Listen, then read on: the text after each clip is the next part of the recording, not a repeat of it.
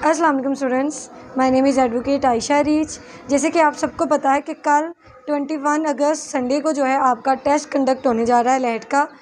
अब लैट के स्टूडेंट्स के लिए बेस्ट ऑफ लक। अल्लाह पाक आप सबको अच्छी तरह से कामयाब करे, क्योंकि अब आप सबकी तैयारी हो चुकी है।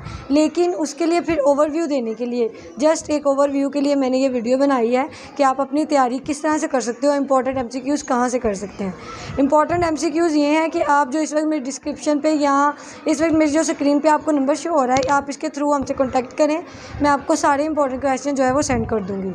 और इसके बाद अब ऐसे को भी थोड़ा सा ओवरव्यू हम दे लेते हैं कि ऐसे को हमने पेपर में किस तरह से अटैम्प्ट करना है। ऐसे को अटैम्प्ट करने का बहुत आसान तरीका है। आपने क्या करना है ऐसे को लिखने के लिए, सबसे पहले तो मार्कर, ठीक है। इसका बड़ा इशू बना हुआ है कि मार्कर हम कहाँ पे यूज़ कर सकते हैं और कहाँ पे नहीं यूज़ कर। लोग कहते हैं मार्कर का यूज़ नहीं करना। मार्कर का यूज़ भाई इसलिए नहीं करना कि आपके पेपर में जो आप हेडिंग लिखते हो वो आप मार्कर से लिखते हो, तो इसलिए मना किया गया कि आपने क्या करना है, मार्कर का यूज़ नहीं करना।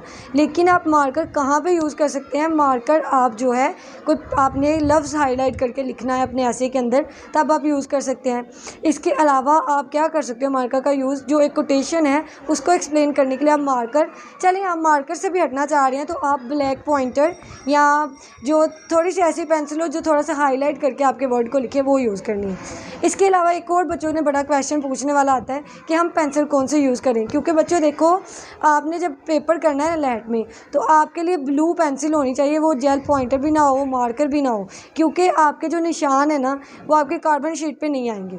अगर आप जेल पॉइंटर या मार्कर यूज़ करते हो तो वो जो आपको शीट मिलती है ना, जिसके बाद जब आंसर की जाती हैं लैट के टेस्ट के 2-3 दिन बाद, फिर आप उस जो है ना आप नहीं कर सकते फिर लिख सकते, क्योंकि अगर आप लिखते हो तो क्या होता है कि वो आपके जो कार्बन शीट है उस पर निशान नहीं बनेंगे और आपको फिर जो है वो लंबा वेट करना पड़ेगा, कोई 10-15 दिन का।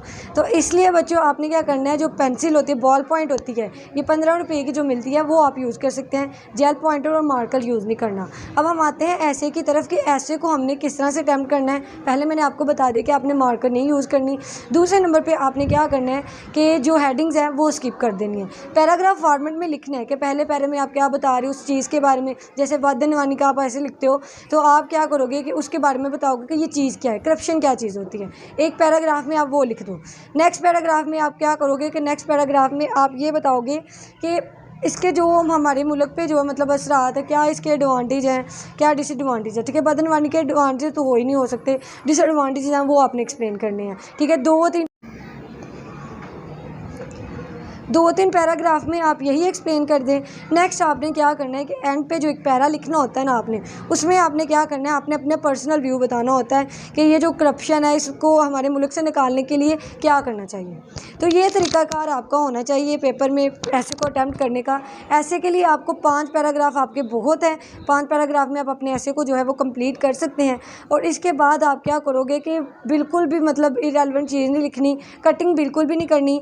अक्सर मैंने देखा है बच्चे जो मुझे टेस्ट चेक करवाते हैं उसमें ये होता है कि बच्चे ऐसे लिखते हैं और कटिंग बहुत ज़्यादा करते हैं, मतलब एक लफ्ज़ उन्होंने गलत लिख दिया उस पर ऐसे क्रॉस लगा दिया, तो ऐसे करने से आपके नंबर काट जो है वो कट हो जाएंगे। तो इसलिए जब भी आपने ऐसे लिखना है तो कटिंग नहीं करनी, जो चीज़ लिखनी है एक बार सोच के समझ के उसको पेपर पर लिखना है।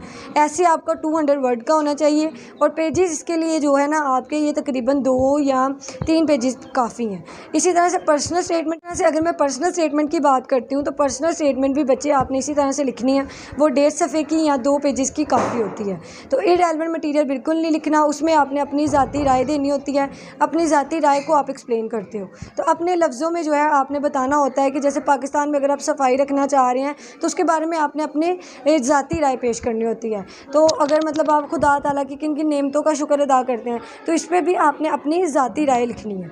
ये होती है पर्सनल स्टेटमेंट।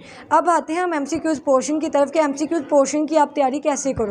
MCQs के पोर्शन अब टाइम तो बहुत थोड़ा रह गया हुआ है, तो मैंने जैसे आपको बताया कि आप डिस्क्रिप्शन पे जो है वो मेरा नंबर है, इस पर आपसे कॉन्टैक्ट कर सकते हैं। इसके लिए मैं आपको एक वेबसाइट प्रोवाइड करूँगी, पागला MCQs वेबसाइट है। इसके अलावा टेस्ट पॉइंट MCQs वेबसाइट है। टेस्ट पॉइंट MCQs पे ये है कि आपके जितने पास पेपर्स हैं वो सारे अपलोड हैं। आपने सारे पास पेपर्स को भी क्या करना है, अच्छे से तैयार करना है, ठीक है, क्योंकि पास पेपर में से पेपर को भी आपने जो है वो ऑनलाइन तैयार करना है। ठीक है, क्योंकि पास पेपर से भी ज़्यादा चांसेस आने के। और इसके अलावा अगर आपको मोस्ट इंपॉर्टेंट MCQ चाहिए तो वो आपको डिस्क्रिप्शन में इस वक्त मेरा लिंक मौजूद है, आप वहाँ पे हमसे कॉन्टैक्ट कर सकते हैं। और सब बच्चों के लिए बेस्ट ऑफ लक, अल्लाह पाक आप सबको कामयाब करे। इंशाल्लाह सब बच्चों का टेस्ट बहुत अच्छा हो। ओके स्टूडेंट्स, अल्लाह हाफिज़।